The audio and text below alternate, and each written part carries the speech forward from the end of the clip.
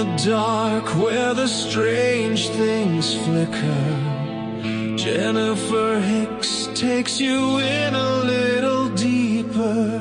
Cryptids, UFOs, stories that chill, the truth's out there, and she's got the thrill. Welcome to Creepy Culture, where the unknown comes alive.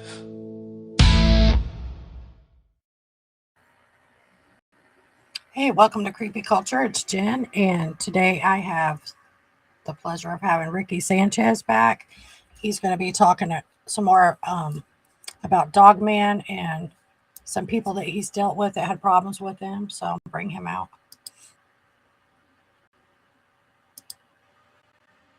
Hey, Rickie. Hey, how you doing, Jen? Good. It's good to see you. Same here, same here. So hopefully we can get this one today. Hopefully. Yeah. I don't know what was happening the other day, but I don't either. But stuff weird happens all the time with technology. So it's not a big deal, though. But that is true. good to have you back on. Good to be here. And you could just you can just talk about whatever. It's fine. Just talk about what we were talking about the other day, but you can just some of the people that you've dealt with that had problems with them and such. Well, this one story in which an actual biologist was involved. So, she knew me when it comes to the cryptids, and this happened in Massachusetts. So when she called me up, so the eyewitness was having difficulties with the Dogman. The Dogman was trying to get in through the roof. At the time that she called me, the Dogman, he was trying to get a quote for a roofer to fix the top of the roof. So, as normal, there's a lot of questions that I ask. Sometimes they're personal questions to get to the bottom of it. But one of the main questions is where I want to know is the topography of the environment, where you're located, where it's at.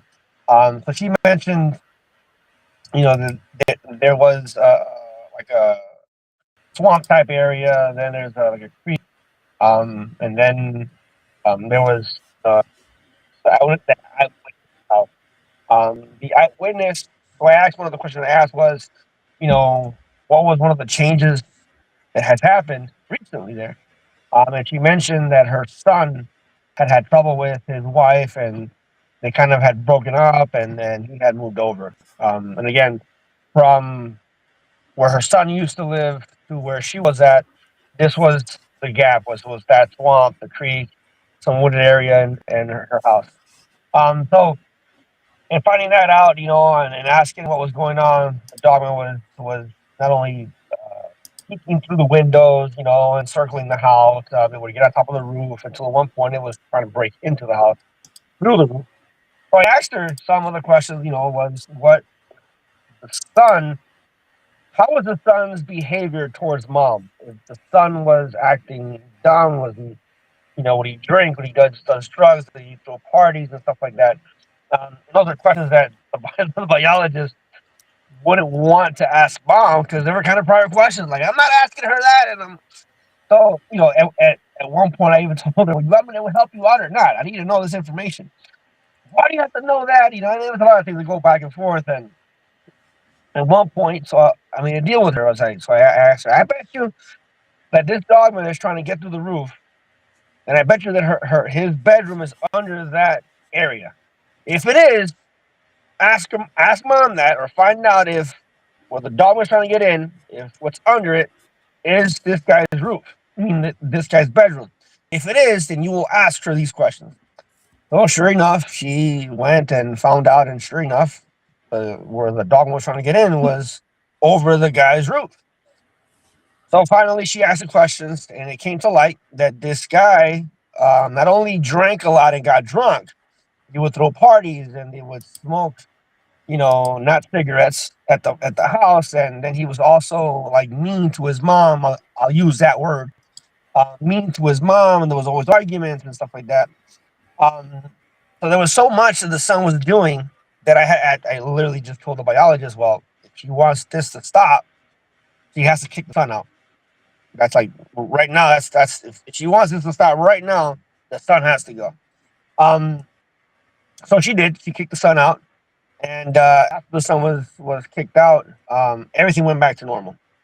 She would see the dog man pass through the property left and right, on different days, different occasions, but that was it.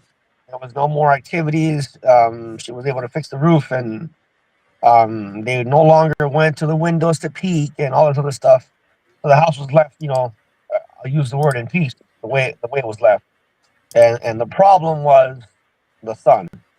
And for those that are listening, if they didn't hear last time, this isn't about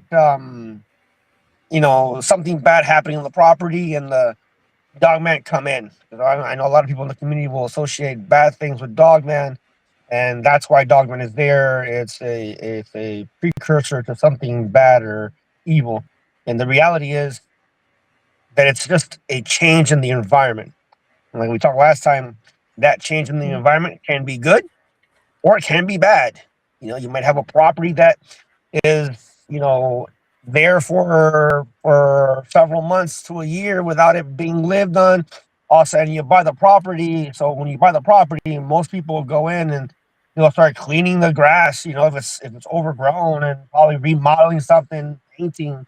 So this added commotion to that area will draw the Dogman in because it's nothing that they're used to in that prolonged period of time. So it has nothing to do with evil things or bad things. It just has to do with changing the environment. And in this lady's case, it was her son, unfortunately. We had another one where again a couple would separate, and so the Dogman would come over and harass the house.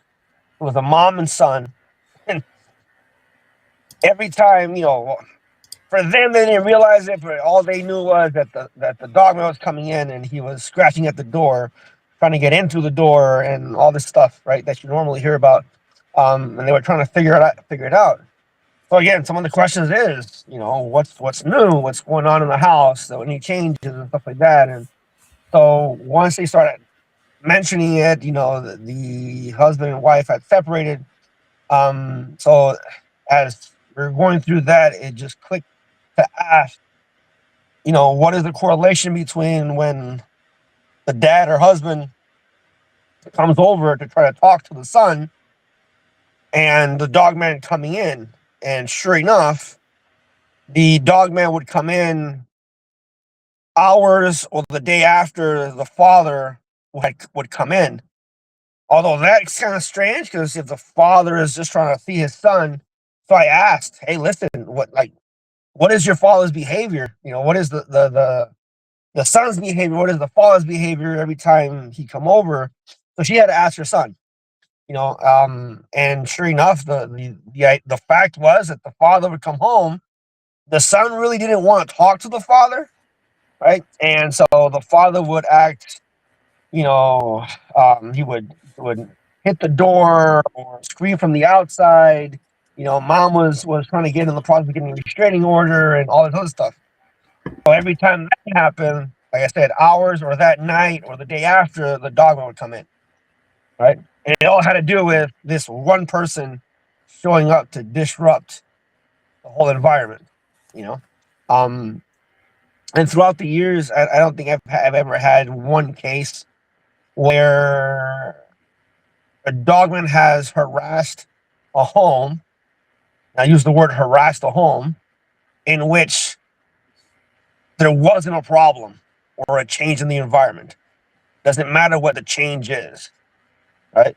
And once you fix that change, or once that change goes back to normal, the activity just stems to go away, and if it's a family type of environment, mom with a bunch of kids, whether it's mom with a bunch of kids or mom, husband and kids, or husband and kids, normally they'll see, younger Dogman in the yard later on, which gives the notion of mom and dad have been, there for a long period of time, to the point where they feel safe enough to allow their pups.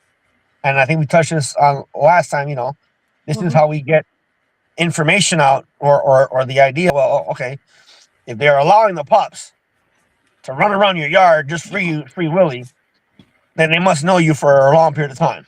And this is where the questions pop up.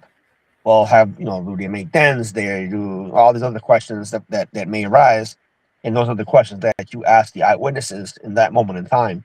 Right. And it clicks every single time. But these are the questions, the hard questions. Normal people don't want to ask their eyewitnesses. They're just wanting to ask about the dogman's behavior, what it looked like, and that's it. And I've had a lot of people who have called me as a last resort because they've called other researchers, they've called other people, but none of them have able to have done anything. Because it seems, that all they focus on is, again, the dogman's behavior and what it looks like, versus putting two together, what's going on, what is the dogman's behavior, and the correlation between the two. And that was something that I did from the beginning, which helped me a lot in research, because then when you go out on the field, to whatever part of the states that you're on, you can kind of mix and match. Well, I'm in this area, I remember this part, I remember this happening, so you use that to your advantage when you're out in the Right. field. And it gets to the point where you realize the whole misunderstanding of what's going on when it comes to their behaviors. We had one lady from Kentucky.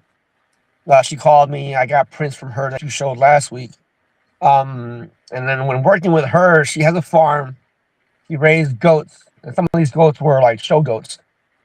And the interesting part, that goat had the same injury as the sheep that we showed last time. Right. So she was seeing Dogman all over the property, here and there. It was just, he'd go out, and every evening, every night, there was something that happened in what she saw a Dogman. But she left the goat. She was trying to fatten up a goat. Now, I say this with a smile because it's not funny, but the situation, when you look at how smart they are and you look at how much misunderstanding is going on, it makes me smile. It makes me scratch my head, like, come on, So she was trying to fatten up this kid, and she took him out of the paddock and put him out in, another area, no fencing. She probably, she tied him. I believe she had tied him to that area there. And just eat more grass. That was it. And then she was having a picnic. That I guess it was spring or early summer. She was having a picnic, and the goat disappeared. Just gone. While they were out there in the picnic, it was just one moment in time. There's the goat, and the other moment in time, no goat. So hours later, the goat showed up with, part of his front leg torn off, in the driveway. So the driveway was a long driveway up to her house, and the goat showed up in front of her driveway. And I think that's what caused them calling me up to figure out, because they were worried about it going after other livestock. And again, that to me is the mindset behind it kind of worries me when it comes to people, because if you let's take away the fact that this is a dogman. If you take away that aspect, that fact, and you live in an area where there's bears, wolves, mountain lions, you're going to have these predators predating on some of your sheep and your goats. Just because they do that, you don't call them evil. You don't go around trying to figure out, why are they killing my goats? right? Because you know it's a wolf, it's a coyote, it's mountain lion. You know that's going to happen, right? Mm-hmm. So, but for some apparent reason, we as a community, and the new eyewitnesses think, well, why are they doing that? What do you mean? Why are they doing that? Right? It's nothing special. It's a predator doing predator things. You Right. can't. There's nothing else in between. But this is how smart these guys were, and these guys are. Right. So there's a difference there too. So out of the blue, 'cause again, and researching, you have to try this, try that, see what works, see what doesn't, while not being too imposing, right? Because you're not going to start off with something big and then something bad happens. So you take baby steps. So she had other goats that she was also trying to fatten up for the show. So I said, well, you know what? Let's keep the kids, the baby goats, inside the paddock. Don't take them out. Just whatever you do, leave them in there. And I think by accident, she had taken another kid out during the whole process, and that one was taken. But long story, as long as she kept the baby goats in the paddock, no goats were taken. Hmm. If she took the baby goats out of the paddock into the other field, they were taken. Right? So, Right. and smart wise, it was like if they were telling you, listen, we don't want to hurt you or nothing, but if you put them out here, you're telling us they're for the taking. They're your It animals, sounds keep them like. in there. Mm-hmm. And she never had, once we kind of figured that out, she never had another goat taken from her. Even though she would see them, it was just a normal situation of them going outside and, in late evening or whatnot, and you'll see the eye shine or you saw them there, whatever. But as long as she kept the goats in the paddock, no goats were ever taken out. Right. Hmm. So when people ask about their animals, I always say, well, one, obviously there's a nuance to it, right? If a dogman comes into a new property, he doesn't know the routines and the patterns of all the other animals and is looking for food, right? So that might happen. But if it's a dogman that's lived there for years that all of a sudden decided to take some of your animals, then chances are you did something to it, right? And numerous stories of people who tried to poison them, who shot at them, and who's done multiple things to them. And then you hear what they did, and then you're like, well, no wonder they're, you know, Right. upset, and they'll take one at a time. Um, we've had a full kennel full of dogs taken, just killed one after the other, just because the owner was acting a fool. You know, and what's funny is after the act a fool is when this happens, not prior. It's after. You know, we have one case which I think we talked about, Mm-hmm. from a mom. And I don't know if you want me to tell that story. From the You mom that can. had. So this is a story. This happened. Well over 5 years, 7 years ago, maybe, give or take. So this mom goes outside. This is how it started. Or the rewiring of me being called. She went outside. She had something in her car. I remember probably the first day she probably pushed it out of her car, turned her car on, and left to work. Second time, she kind of found it weird that these feathers or these things were being left on top of the car. She picks it up, and when she smelled it, she began to cry. She went to panic because what she smelled was something that she had tried to erase from her memory. So Mm-hmm. we go backwards, right? When she was a young child, she was walking her dog in a road, and her dog began to get agitated at something that it saw in the field. So there was some cornfields, there's some woods, and her dog began, like I said, barking, being agitated. So she thought rabbit or something, and she let the dog go. And she was walking. She was already walking back to where she lived. And so at one point in time, she started to call her dog back, and her dog wouldn't respond. And she started calling her dog, and nothing. And we know how we get when we call our dogs back, and our dogs don't call. We get to raise our voice, right? And we get anxious and frustrated because the dog's not coming back. At one point, she saw some eye shine, some movement. She saw a figure, and her brain was, "That's my dog." She starts calling him. The dog wasn't responding. So again, your typical human response was, and these are the things that that I look at, that I focus on, is the human behavior prior to the situation. So I ask these things because then, when you're giving the story, it was like, well, I was calling my dog and he wouldn't respond. I walked over there and I kept on calling him and he wasn't responding. And then he just attacked me. So we think, well, he just attacked out of nowhere. So then when we ask the behavioral part, and she said it herself, what was happening was, again, this is a response from every human. We call our dogs, but we call dogs and they respond. We begin to flare our hands. Fido, get over here. And we start swinging our leashes and we start, clapping our hands and moving about. While she was doing this, at the end of the day, it wasn't to her dog. It was to a Dogman as she's getting closer. Oh, no.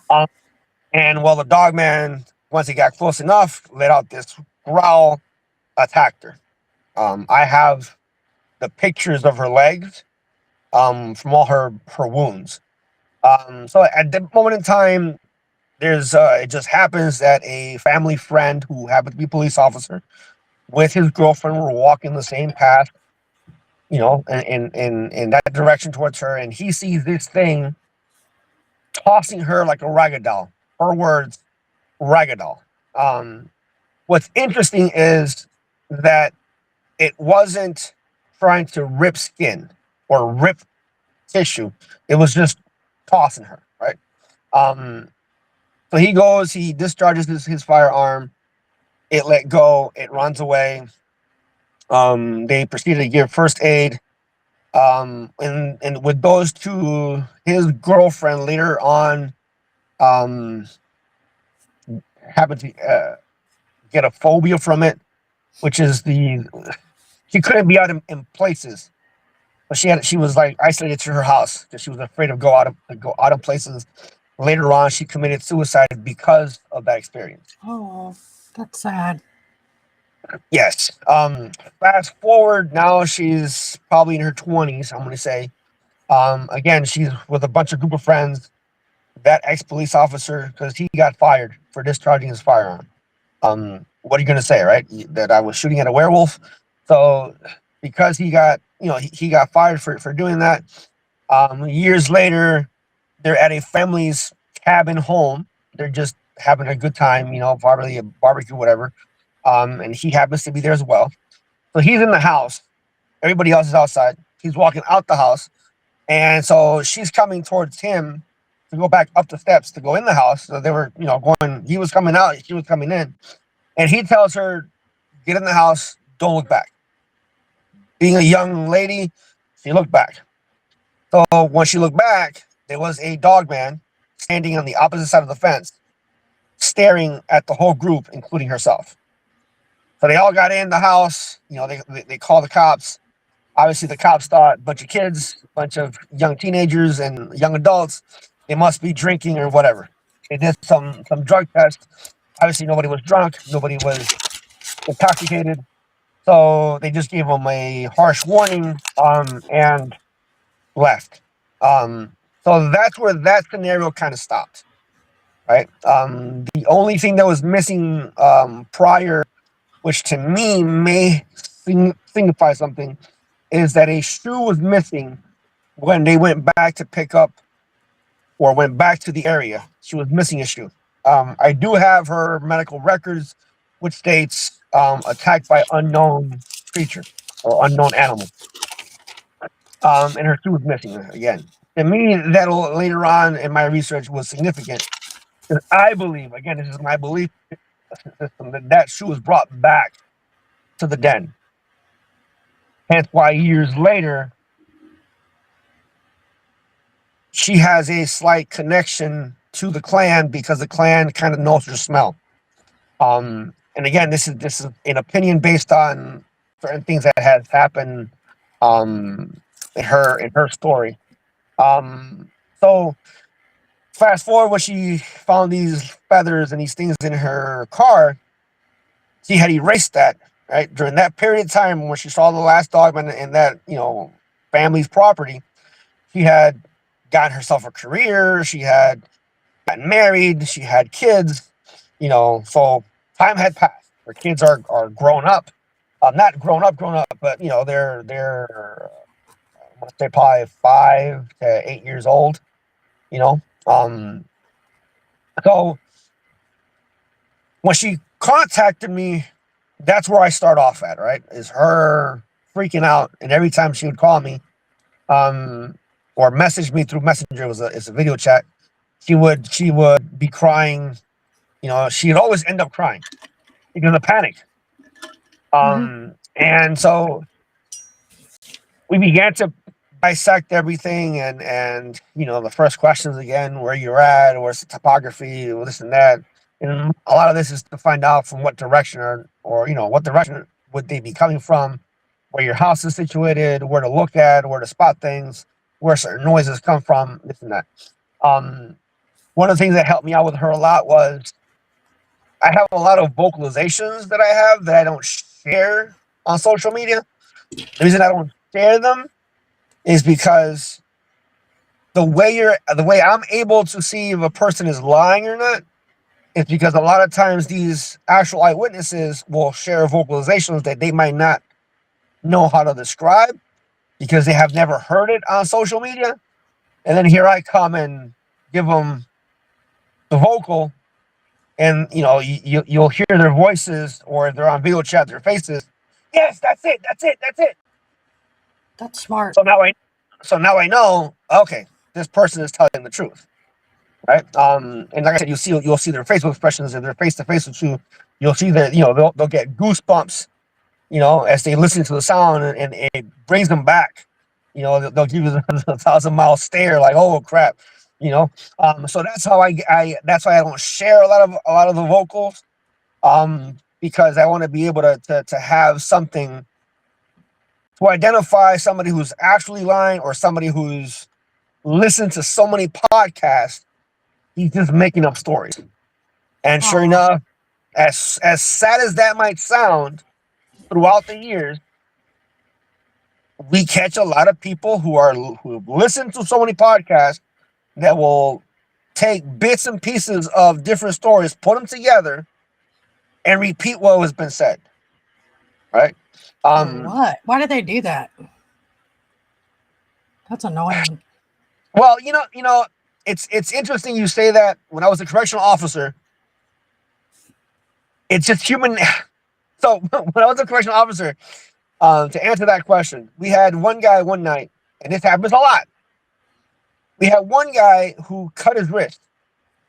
So you cut your wrist, what's going to happen? You're going to go get cleaned up, patched up, and you're headed off to the hospital, right? Especially if you say you took pills. Well, once that happens, every officer will, in their mind, says, get ready, it's going to be a long night. Why? Monkey see, monkey do. You'll have 2, 3, 4 other people cutting their wrists to go to the same spot, the hospital, just to get out of prison, right? So people will do dumb things just because it brings them attention. It brings them, they're I don't know. You can say a bunch of things, right? But this is why I do it that way, right? Because if you're an eyewitness and you say that you've been experiencing this for 5 years, et cetera, and there's no vocalizations besides your typical ones or your only howls that you hear on social media, then that to me is a red flag, because Dogman has so much vocalizations and so much variety. It's impossible for you to say that you've been experiencing Dogman for 2, 3, 4 years and have never heard anything besides your typical howl. Right. That's so smart. To me, that's a red flag. Right? Because they got so many vocalizations. And then when it's a new eyewitness, once you begin to give them certain vocalizations to listen to, their brain goes, but wait a minute, I've heard that. But wait, I heard that last night. Right? And then they realize that a lot of the stuff that they're listening to that they're just bypassing because it sounds like whatever, it's really them in the property. But this eyewitness, to get back to that eyewitness, you know, a lot of the vocalizations that I had that I began to give to her, she began to click with these vocals. So her daughter, they had gone to, she would take her kids to go camping, you know, a day trip and whatnot. And her daughter was beginning to draw wolf figures in a piece of paper. And, you know, she never thought nothing of it. And she had named, you know, Mama Wolf and all the pups. And so one of the questions I asked her is, I need you to ask your daughter if she's seen something strange. And then from there, ask her if she's seen a Dogman in those woods that you've been there. She didn't want to, obviously, right? Because I don't want to ask my kids that. I don't want to make my kids go through that. And I'm like, well, you want the answers? I believe your daughter has the answers, right? You got to ask her that, right? As a mom, she was reluctant. As a mom, she asked, and to her terror, her mom and her son, her daughter and her son, said, yeah, Mom, I thought you knew.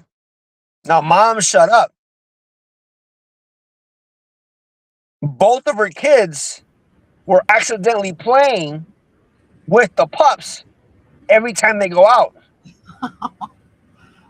They were tossing their balls to it, and the pups were tossing it back. The kids thought Mama knew about them and why she was bringing them to the woods so they would play with them. The reality, that wasn't the case at all. That freaked out Mom beyond freaking out. And so when she messed, you know, she, again, another video chat early in the morning, because I used to get out at 6. By 6:10, we were on video chat, you know. And she was freaking out. Because again, her kids thought this was a natural situation and that Mom knew about it. Right? It was even to a point where her kid told her once that while Mom was doing push-ups, and again, for those that don't know, Mom trains, part of the military, works with the military, search and rescue, where she's at, works with the court systems. So this is not your average mom, you know. So when Mom was doing push-ups, she would say, the daughter said that the pup would try to imitate Mom. So hence the kid, you know, the kids thought Mom must know that these guys are here. And Mom was oblivious to all of it. She was net, you know, so in the video chats, you know, she would sometimes message, you know, video chat me crying, like, you know what, my kids just told me this and that. I'm like, well, okay, I kind of knew that, because if you don't have wolves in your area and your daughter is drawing wolves and is naming the wolf, you know, these wolves, where is she getting this picture from? This mental picture, she's getting it from something. And so that it seemed, and I'll say it seemed, right, because we're never 100% sure of this. It seemed that the pups were trying to get a connection or a bond with her daughter, right? And that could be a whole different story when it comes to the bonding of humans and kids. That does happen, and there's some numerous stories on that. But she didn't want that. She wanted nothing to do with them and the kids. It was like, leave my kids alone. Don't, you know, and the reason for the so-called bonding was because, so there's a trick that we asked some eyewitnesses, have you done this? And it's, have you brought something that you found in the woods or in your yard that you did not know how it got there? Sometimes it's a shiny rock, something shiny, whatever it might be, or something that just popped out of the blue. Have you ever brought that into your home? That's one of the questions that we asked. If the eyewitness says yes, the problem now is they just gave you something and you brought it inside the house. So now it has significance. So the daughter had brought feathers and what she was finding in the car back inside the house. So that's where the attachment was coming from, and why it was focusing on her daughter, and why her daughter has seen so much up until that age. So again, through research, stuff that they've done to her, and in other cases, we've managed, and I won't go into details because I don't want somebody who's listening to attempt this, because there's a lot of nuances to this.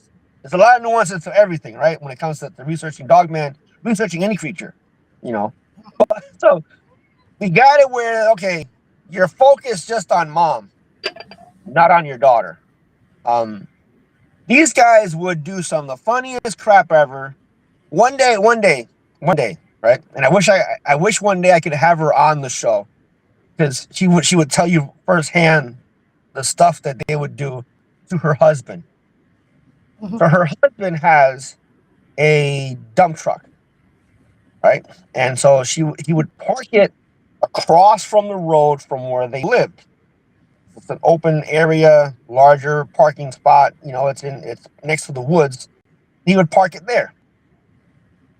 One day, he went to work with his dump truck, and his coworkers and his boss started screaming at him, telling him, "What are you doing? Why are you bringing stuff from home to the work site? Go and dump that over there." And he's like, "What do you mean?" When he got in the back of the truck, they had filled the back of it with rocks overnight. So he had a whole, again, not one of these big, massive trucks. I think it was like a 350 dump truck, right? But it was full truck of rocks in the back. So he had to dump the rocks. Like, where did these rocks come from? Because I didn't put them there. So that's how they would mess with her husband. Or if her husband would drop the gloves, they would take the gloves and take them, and then he'd be looking for the gloves. With her, the first time I'm gonna say, intervene on a human's bad intentions with her was, so she went into the woods to jog. That's something that she'd always do for training purposes, even before she realized that in those woods there existed Dogman, right? So she went jogging, and all of a sudden they kind of ran in front of her, kind of slowed her down, and she wasn't, this was towards the beginning, so she wasn't that confident with the fact of them being so proactive towards her. So she kind of stopped, turned around, and went back towards the other way. But again, they paralleled her, and they kind of just stopped her and from going faster out. And all of a sudden, she says she had some on one side, and then the others went further out, and they kind of herded these guys from the woods out. And the guys were running away from something that they heard in the woods. And so obviously there were 4 illegals. Now, when I say illegals, this is not the United States of America. So they treat foreigners or people who are not supposed to be there differently than what we treat here in the States. But her having her martial arts background, her having a pepper spray on her, and having them scared of what was ever in the woods, she called the authorities. The authorities came, took them, and arrested them. But they were hiding in the woods, and they got herded out. from the woods in front of the her path. Um, in between, there's a lot of different stories. I mean, the saddest but funniest part, and again, I can show you emails just so you can read them. So that she has a friend who wanted to find out what they were. He also wanted to shoot them. He was saying he was scared of them, or scared for her safety, and a bunch of other things. And so the emails between me and him were pretty much leave her alone. She knows who they are. You know, you're not gonna kill them. Just knock it off with your crap. He made during this time frame. He was actively trying to pursue the fact of I want to kill one. I want to know what these things are. Um, One night after many others, he goes in. He follows her in the woods. It was actually it wasn't. It was nighttime, but it was morning time, early morning.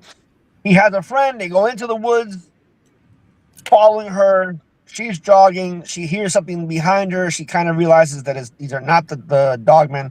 Mind you, again, this is years afterwards, so she has full confidence in the clan. She has no fear of the clan and her being there. So she says to herself, "This is not none of the clans."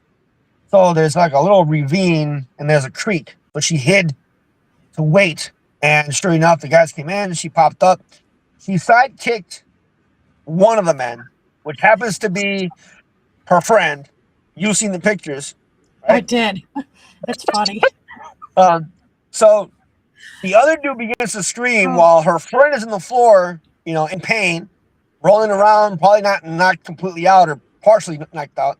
She picks him up. The clan comes in and begins snapping their jaws. So now oh, the guy who began to screams even louder because now he's scared crap because he doesn't know what's going on. And so she sent them off, but then realized if I send you guys off, you guys are all gonna be dead by the time you get to your car. So she right. grabbed both individuals and starts walking them, and they're walking in the woods parallel, howling and barking and snapping their jaws. Right? As they got out. She got to the end, she put her friend in the car, told the other dude, take him to the hospital, and she walked back in. Again, I showed you the picture of him in the hospital with his patch and his face all black and blue. Yes. Don't mean to laugh. It's just funny. What is, Okay. hey, that's what he gets. It is. So after that, he sent me he went down low. He went on the down low. He didn't want to talk to her much. Months later, he calls her to his house. And she messaged me on Messenger, and I said, that sounds suspicious. Right? Don't do it. She wanted to do it. She had the same suspicion, but she was like, I know what to do. So she sent she went behind his house where the woods were, came out, went into the woods, and realized that there were 5 men with shotguns in the woods facing her friend's property. So she goes out of the wood. Her husband was driving. Comes out of the woods, goes around to the front, knocks his tooth out. Right, so she wails him again, screams at him. He tries to do a police report, for assault. That didn't go so well because again, she works for the military, she works with the police, she works with the court systems. So it's not Right. like they're going to arrest her off the spot, right? So they gave her a slap on the hand. And I think I don't know, maybe 2 weeks later, because they had killed all his dogs. That's where it was escalating on his part of his frustration that he wanted to kill one. Well, his dogs would have been fine had he listened to my emails, weeks prior. So he goes on a hunting spree. He said bye to his wife and took his gun and he went to go hunting. He was going to be out there for a couple of days. Well, it's been several years since then, and the guy has not showed up at all, or has ever been found. So no gun, no body, no nothing has ever been found. He is officially a 911 missing person. Um, which again, it's sad because somebody, you know, chances are dead, eaten, and whatnot. But that's what happens when you are told not to do something, you still do it, and then you go on further and try to harm the one person you do not harm, which is somebody that the clan knows well. Um, from her, from this eyewitness, and from many others, is where we get a lot of the information from. That we ourselves go out in the field, and I mentioned this last week. It's not me all the time, right? Sure, I do some dumb stuff in the woods. I admit it, right? I've done some dumb shit in the woods. But a lot of times it's information that we gather from eyewitnesses, and then I'll put it in practice in the woods. And I'll figure what works, what doesn't, what triggers, what doesn't trigger, stuff like that. And that's where we go from.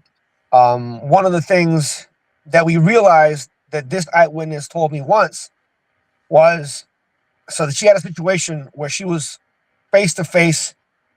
So the short story, she went on a jog, and her husband was worried about something. I don't know what was they were worried. He was worried about. I believe she had broken her arm or something. So she was in there, and obviously she's not 100%. So he was worried. He knows about the Dogman, but he doesn't. He's like, that's all you. That don't get me involved in all that stuff. So he was worried. He was trying to call her, but her cell phone had dropped from her pocket. When she's in there jogging, she realized that her phone was not on her. And because it wasn't on her, her brain tells her he's probably calling me. Let me jog back. Let me stop. Let me go back. So he doesn't freak out, because if he's calling me, he's going to be freaking out. So she jogs back, and she's getting to the car. So foreign country, the steering wheel is at the opposite side, right? So just take that into consideration when I say the driver's side. The driver's side is our passenger side, right? But she's coming out of the woods from the passenger side, right? Not our passenger side, their passenger side. And she hears the phone going off. So she nonchalantly, she's like, I got back to the car. My phone's on the opposite side, and my driver's side, it's ringing. Let me, pick it up. So she walks around the car. And when she walks around the car, the Dogman has her phone between his front arms. So she stops, takes a step back, looks at what's, she doesn't run, she doesn't scream. She's like, her brain, like, oh fuck. So the Dogman was looking at her phone, would look at her, and the Dogman was extremely chilled, she says. Kind of, looked at her, looked around, but he was making a sound during this process. And he slowly got up and slowly turned, walked away, walked towards the woods. As he's making this sound, walks towards the woods, stops, looks at her, and then just darts into the woods. Okay, she picked up the phone. She's freaking out, but again, she's spent years already seeing them and whatnot, just not this close. So I began to ask, well, what was this sound that they were doing? And she's trying to describe it. So I went into Google and I looked up a tiger chuff. And I said, does it sound like this? And she said, yes, it sounds like that. Now, years later, you heard the dog. Okay, so I sent you the actual Dogman chuff. That is the same vocalization that she's hearing, except she's face to face with this thing, right? As it's walking away. So we kind of figured, okay, so that sound must mean something good, because it's doing it in your presence. It showed you no harm, right? And later on, she mentioned, that they've done that sound, afterwards and different scenarios. But this is where research took a pause in a whole different direction, right? Because throughout the years, we know Dogman climbed trees. We know Dogman can climb trees probably as fast as a black bear can, straight up. Mhm. A lot of them like to be on top of trees. Well, if you look at what animal kind of likes to be on trees, if you look at domestic cats, right? Obviously, I'm not saying Dogman is a domestic cat, but cats, there are cats that are, and I don't know the word, like to be on trees, right? And then Mhm. some cats like to be on the ground. Throughout the research, you have certain areas, including Ohio, right? In Ohio, the area that I've seen Dogman and been added to research, they like to be mostly on the floor. They'll kind of lay down on a deadfall tree. And per the eyewitness's description, they'll tell you it's laying down like a cat laying down on a log. Right? In Wisconsin, we have a lot that the first thing they do is climb up a tree. And they'll perch on top of a tree. So we have that variety of whether you like the trees or you like the ground. Well, those are things you see in cats. Another thing was her description of the so-called chuffing. There's only a couple of cats that can chuff. Dogs can't chuff. Why can't dogs chuff? Because their vocals are designed differently. Only cats have a vocal designed that way that permits them to chuff. So again, research took a different turn because, wait a minute. So you're telling me that Dogman has a vocal structure like a big cat, which allows them to be able to chuff, which canines can't chuff because their vocal cords aren't designed that way. So that then brought me with a lot of their tracks that you see are really round. They're not oval like their front paws are not really oval like your wolves, your coyotes, or your domestic dogs. They're kind of round, right? And so besides the claws, if you take off the claws and the fact that the pad here has like a two pads, you look at it and you might think that they're a big cat, but they're not, because you have the claws there. You have other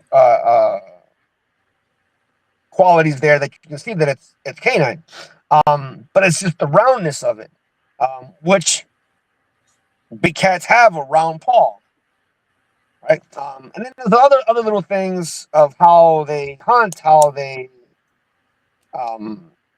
things that they do, situations with other eyewitnesses that kind of told me, wait a minute, are these things part or what we call genotype? Genotype is genetically. Phenotype is what they look like. So, for instance, a hyena's phenotype looks like a canine. Yet a hyena is neither a canine nor a cat. It's kind of something in between. It's its own thing, right? Right. So is the Dogman the same thing? The same way. Genetically, it's something else that looks different from his overall appearance. So it looks like a dog, but genetically, it's something else. And then I realized, well, it kind of makes sense why some people have a harder time finding a Dogman, because in reality, if I'm a hunter and I'm looking for a wolf, but I'm seeing, I'll use the word cat prints, cat, things in the woods, I'm going to bypass those things because I'm looking for a canine. right? I'm looking for canine prints. I'm looking for canine behaviors. I'm looking for canine whatever. So I'm really going to bypass all these cat-like things that I'm seeing, because in my brain I'm searching for something canine. When in reality, once I started looking for the feline part, you found so many evidence that it's not even funny, including something that I did from the beginning before this information came to me. The first vocalization that I ever used in Tennessee with a researcher, we used it 4 times. Out of the 4 times that I mentioned it last time, out of the 4 times, 3 we have a physical hit. 1 we heard something but we didn't see it. The other 3 we did see. If you slowed it down, now the slowed down vocal that I'm using isn't cat. It's not a lion. It's not, none of that. Yet it sounds like a lion. And it's slowed down. Right? So the actual audio doesn't even sound like a cat. But because it's slowed down, it sounds like a cat. Right? And so that also came into my brain. Wait a minute. I went back and I looked at the audio. Wait a minute. This sounds like a freaking lion, whatever. So no wonder the response that we're getting, So again, these little things here and there, we're able to, and then a lot of eyewitnesses reporting plants like lavender being taken out of their gardens, and catnip being taken out of their gardens and stuff like that. Which catnip is catnip, right? And the funny thing is that lavender is from the same species as catnip.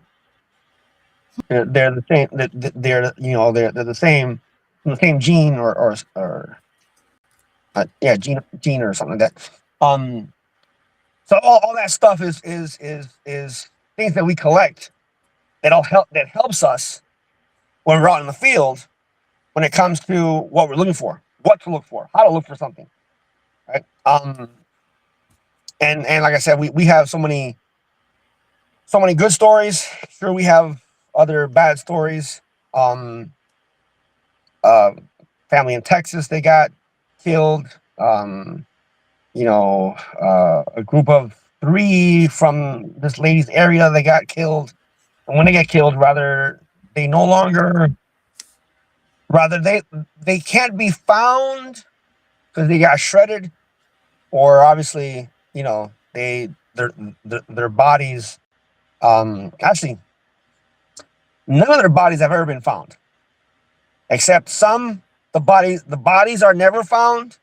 In other parts, what you find is like if the body was put through a cheese grater, and all you see is patches of blood, patches of the clothes shredded, and it kind of, that in itself, there's many different reasons, but it could also be, it can probably give you an idea of the reason behind it.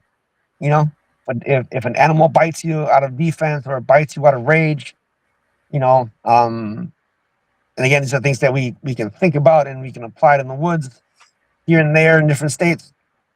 But research has been very interesting nonetheless, especially in the past 2-3 years. I've used the tiger chuff, not the actual chuff. And I've gotten a response back, the same chuff back. So here in Tennessee, so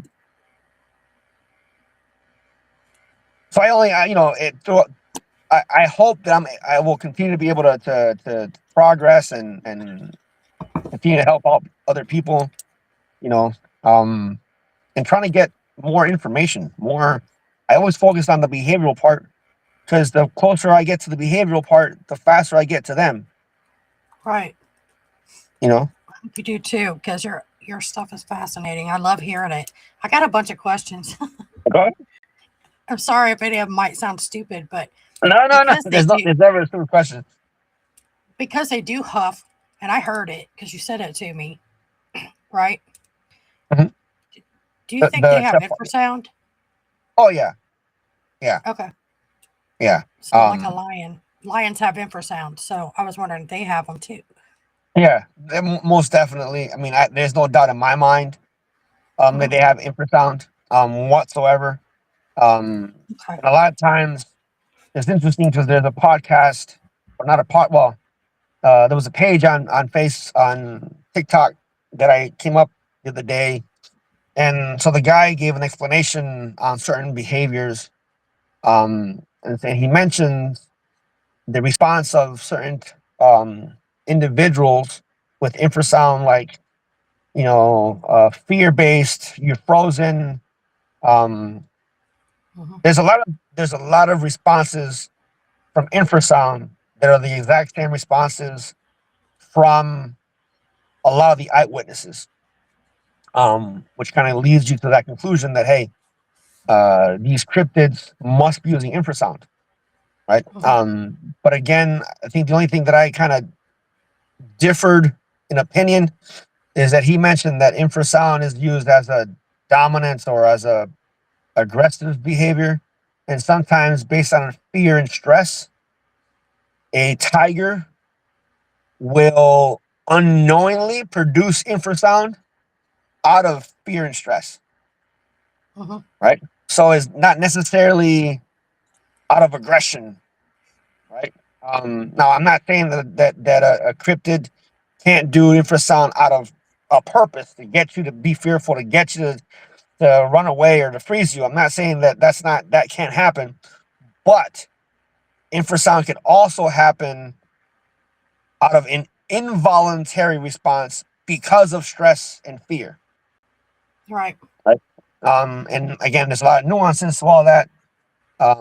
But one idea isn't the main reason all the time. Right. It is. I got a bunch more questions. No, go ahead. Go ahead. Okay. So Bigfoot has a weird vocal range too, and they sound like they're a lot alike because they're clever. They're very intelligent. Um, I was wondering because Bigfoot seems to have hair that absorbs light. Do Mhm. Dogman have the same kind of hair that they do I, that I absorb light? I wouldn't know that. We haven't collected hair samples yet. Okay. Um, and I don't know anybody that has. Not saying they haven't, but I haven't talked to anybody at the present time that has rather collected hair, has or had. So I truly don't know the answer to that question. Okay. I just wondered if you'd seen one that was shiny. You know what I mean? Well, they do have an oily substance to their hair, to their skin. Hmm. I know that because they have left prints on my van, and for instance, one print that I saw on my van that evening, it rained a lot, like a lot, and even after the rain, the print was still there. Hmm. Right. So it's really oily. So it can be shiny sometimes, but it's not like if the cryptid rolls in mud, it's not going to be you're not going to see the Right. shine. Right. So Hmm. it depends. And in my mind, I know there's Bigfoot and Dogman. And do you think Dogman is just as prevalent as Bigfoot is? It's a good question. I believe there's more Bigfoot than Dogman. Okay. Um,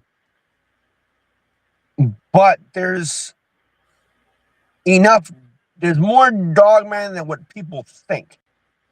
That's what I was thinking. I'll say that. Yes, there's a lot more Bigfoots than Dogman. Um, but there's more Dogman than what people think. I was wondering about that because they're popped up everywhere. So, Yeah. while you've been out researching or investigating people's properties and stuff, have you seen Dogman kills? Yes. Okay. Donkey, Illinois. The head was ripped off. tossed to the side, probably about 40 feet. And in one night, the donkey was completely consumed. This is a Wow.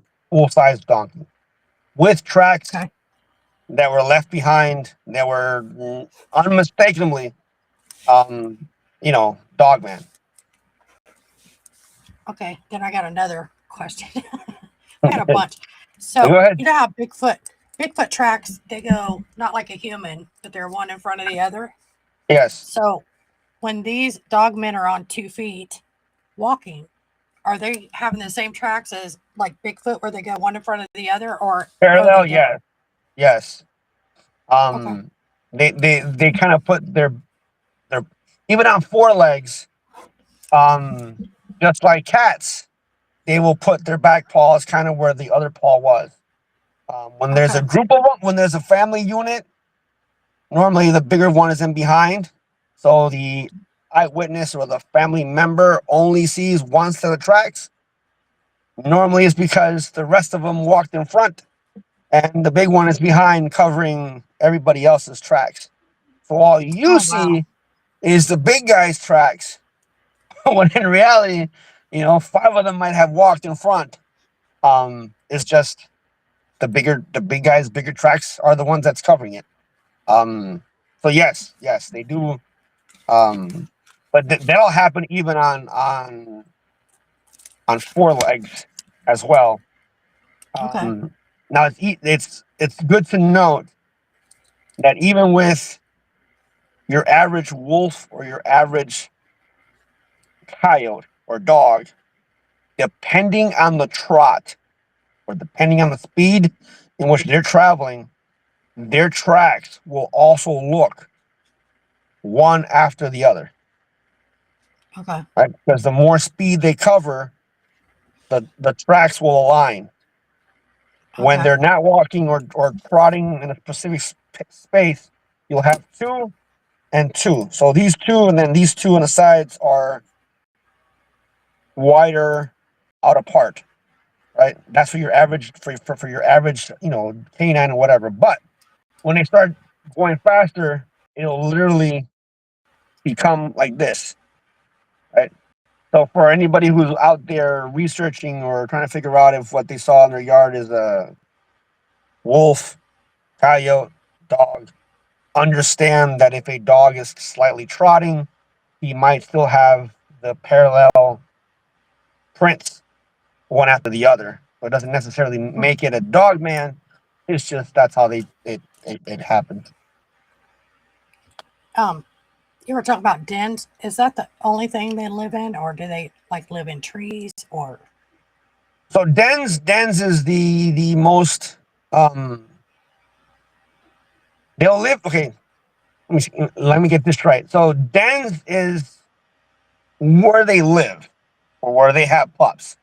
These dens will look different depending on where they are. Some of these dens will be something that was already made and they just kind of make it better for themselves. Right? But in the summertime, for those who are out there researching, look for deadfall trees and look for under the deadfall tree. Sometimes they will carve under the deadfall tree and stick themselves under to keep cool. Right? Others, if the area is cool, they'll probably just plop on top of the deadfall tree. But look under for anything that's been dug under. And again, Okay. for the if their head fits, their body fits. So remember that part. If their head fits, their body fits. Okay. Sometimes we'll see a smaller entrance to these areas, and not a dog man, but in the inside it opens up. Now the dens have a larger entrance, because it's their den. It's where they have pups, so they tend to have it more opened up.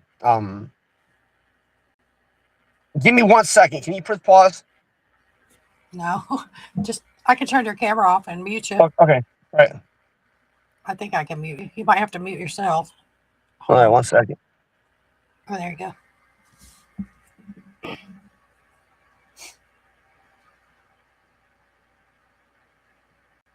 I'm gonna drive him nuts with all these questions. Okay, You good? All we're right. good. And then You're gonna have to. We're gonna be traveling. it's okay. We- I just I have just one more question. okay. Go ahead. You said other countries. Are they also everywhere else like Bigfoot is? So that's a question mark on me, right? On certain theories. So if you look at Bigfoot, Bigfoot is prevalent in every country that you can think of, right? You Mm-hmm. have your Almas, you have your Yarans, you have your, Yowies, Sasquatch, you know, in different Mm-hmm. countries. Yet, not every country has oral history of Dogman. This is the question that I asked the other day about, you know, if there's any evidence that has been collected from Australia. Australia is a country that doesn't have any oral history from the Aboriginal people.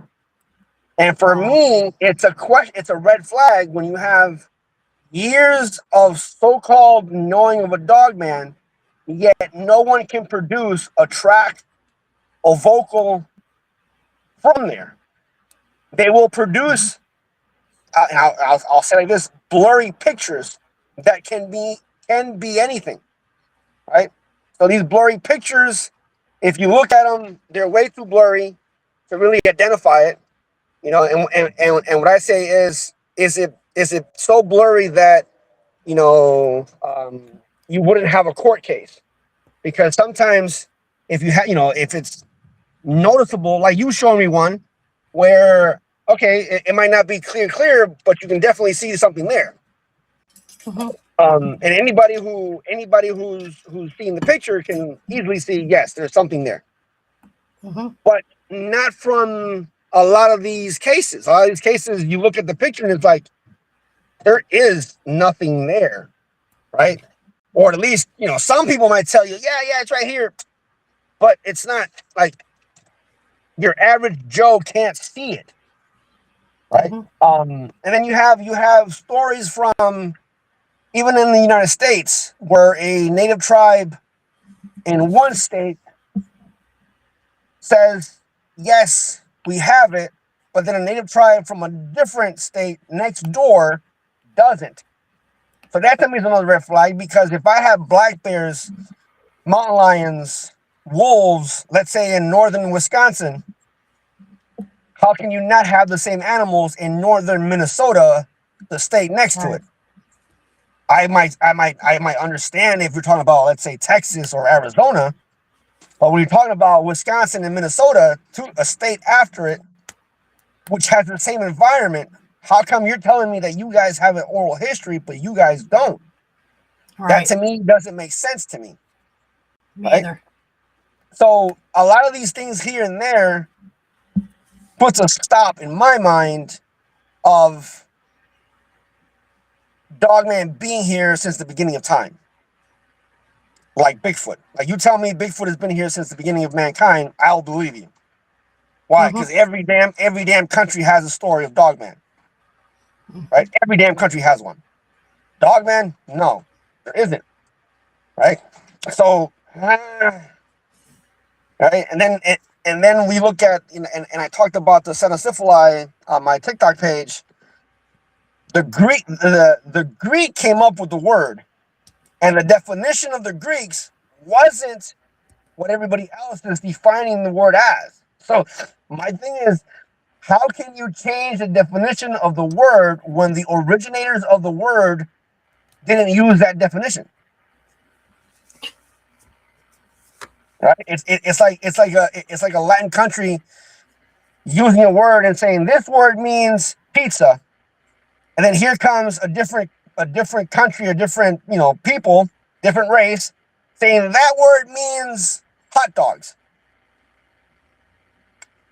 Why would you change the definition? That's not even. It's a Latin name, and it means pizza, not hot dogs. Right. So that in itself also, like I said, it just brings red flags to me. So do I believe that Dogman has been here since the beginning of time? No. Right? Because of those things, or at least I'm not going to say no, but I'm going to say it puts a red flag and it puts a stop to that belief system, right? Because of all the stuff that I just mentioned, Right. you know. And again, it's just my thoughts on that. If somebody can give me evidence, like I said, prints, scratches, vocalizations from Australia, for instance, then excellent. But you're telling me that in over, let's say 20 years, no one has found an actual tracks, vocalizations, Yeah.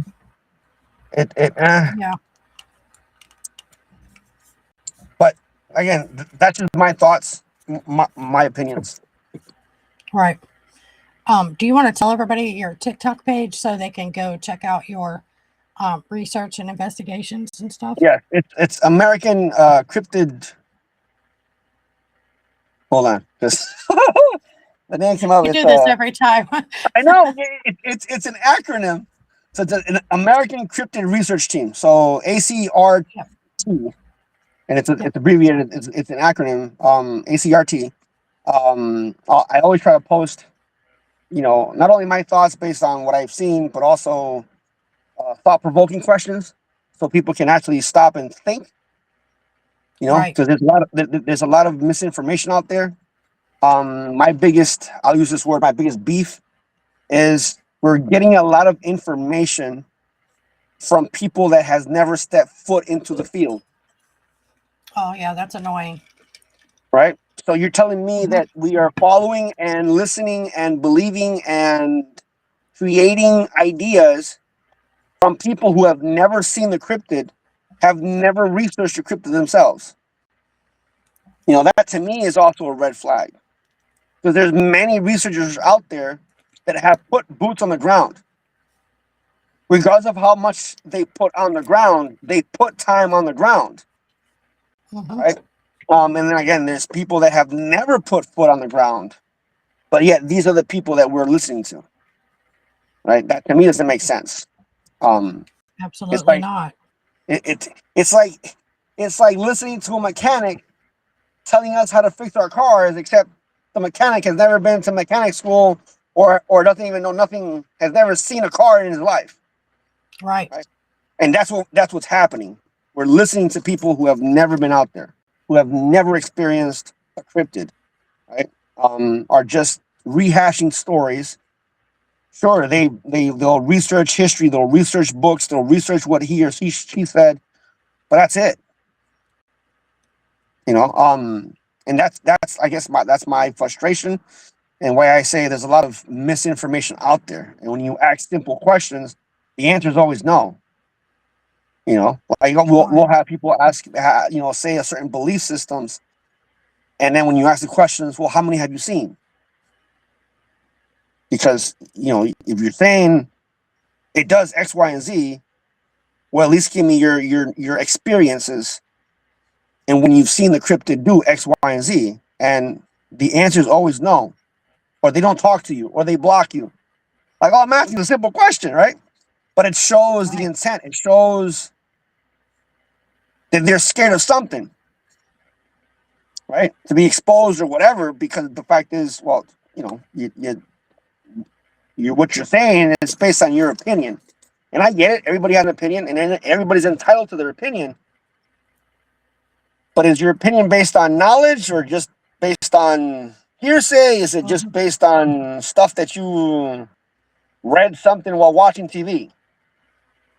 Right. And I get that because I was going to say there's no experts in this field, any field with cryptids, because nobody really knows for sure. But that's why they're researching, so they can learn with their feet on the ground. Right. That's why I do these podcasts, so people can learn from each other. And I think it's ridiculous when they're calling each other experts and stuff. That annoys me. You I, know, I've heard that name so many times, including the leading authority. Like I had and later on, I'm moving here for a second. I've had uh a full discussion, which I can show you later on. I can email you or screenshot this conversation that hmm I had with a so-called leading authority on cryptids. And this individual has never seen a Bigfoot and doesn't even believe in Dogman. oopsie. I'm like, okay, so you are a leading authority on the subject, yet you have never seen a Bigfoot and you don't even believe in Dogman. How is that even possible? And then what's funny is that I had invited this individual to go out into the field, right? There's a lot of people in the community that I have invited into the field. Some of these individuals have been, people that have a stand in the community, right? So I've invited them because the best way to show your evidence or proof if what you're saying is accurate or not is not to say it verbally. It's to say, you know what? Come with me. Let's go out in the field. Let's do X, Y, and Z, and we'll go from there. Right? Right. None of these people, not one, has ever taken me up on it. Not one. Right? Not a, well, let's see, or no, not one of these people have ever taken me up on it. So I'm like, I wait. took somebody up on it Then, and saw a dog man one time. I mean, hmm it's the only way to do it. It's the only way to do it. hmm If you can't do that, then there's a problem. Because I agree. And what are you? I'm not even a researcher, but I went researching with somebody, with a group of people, Right, and I saw crawlers and a dog man. And I'm like, Lord, that's the first time I right, heard right. it. So, but I get that. So I'm headed right now to pick up a record work wise. Uh-huh. I'm gonna That's fine. have to cut it short because I'll be driving Mhm. long distance now. So Yep, you need to be paying um, attention. But thank you so much for coming back yeah, on. I appreciate you so much and answering all my yeah. questions. Like I don't mind coming back on if people have more questions or if you have more questions that need to be answered. And like there's no experts on anything, and I believe that if Yep. if good researchers got in, if good researchers came together and shared and helped in the collecting of data, there'd be more data collected. Absolutely. And my goal is to be able to help those who are going through difficulties, because I know there's a lot of eyewitnesses out there who have not talked, will not talk, but they're trying to they're trying to collect information, on the hmm down low. So if anybody is listening to the podcast and wants to reach out, I'm more than happy to help, um, and get them on the right track. Tell them your email, or they can message you on TikTok too. Yeah. I think TikTok would be the easiest way. Okay. All right. Well, thank you so much. I'm going to stop this recording so you can drive. You're making me All right, nervous. I All make right. myself Thank you. nervous. I'll talk Okay, to you. but, I'll talk to you in a little bit. Thank you. okay, bye.